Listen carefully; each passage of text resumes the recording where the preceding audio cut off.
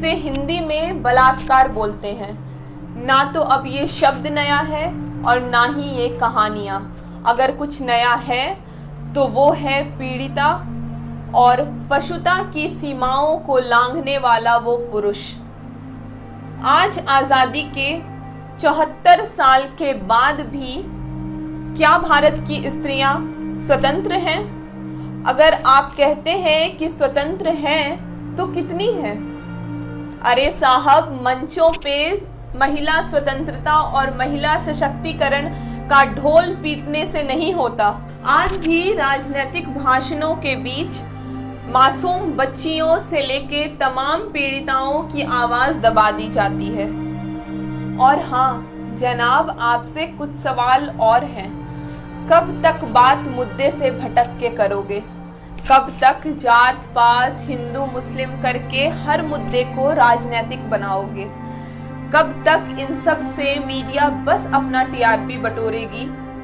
कब तक 4 दिन की संवेदना दिखाओगे? कब तक ये बोलोगे कि लड़कों को संस्कार सीखना चाहिए और इससे लोगों को चुप कराओगे? चलो करते हैं कुछ स्टैटिस्टिक की बात। तो ग्लोबली 5 में से 1 लड़की के साथ कभी ना कभी रेप हुआ है।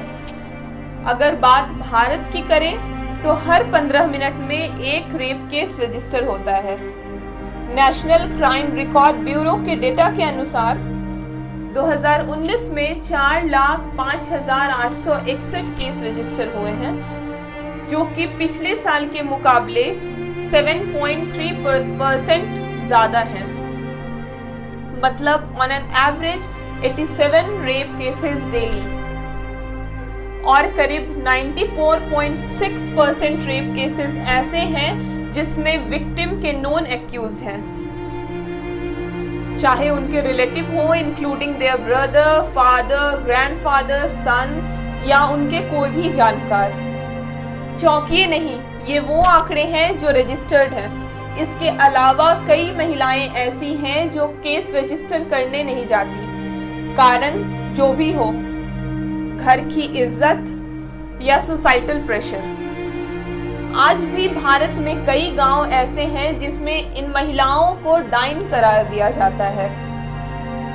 आज भी जिस महिला के साथ रेप और उसके बाद मर्डर होता है, उन महिलाओं को उसी नग्न अवस्था में टांग दिया जाता है या फिर कई बार बिना किसी को बताए जला दिया जाता है।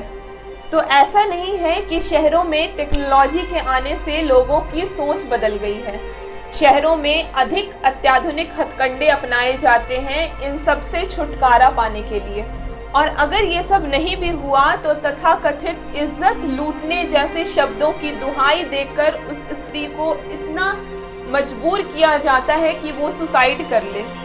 और अगर इन सब के बाद भी उसमें इतनी ताकत बचती है कि वो जिंदा रहे, तो साहब आपको क्या पता कि प्रकृति के द्वारा जिस स्त्री को जन्म देने का वरदान मिला है, वो वरदान कैसे अभिशाप बनके उसे पूरी जिंदगी डसता है।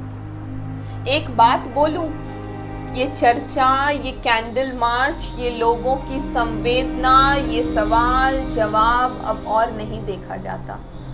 अब हमारे देश का कानून भले ही रशिया के कानून की तरह बलात्कारियों को नपुंसक नामर्द बनाने का साहस नहीं कर सकता, लेकिन कम से कम स्त्रियों को इतना ताकतवर बनाए कि वो अपराधियों को दंड खुद दे सकें और उसके बाद मानवीय रूप से इसका मूल्यांकन हो।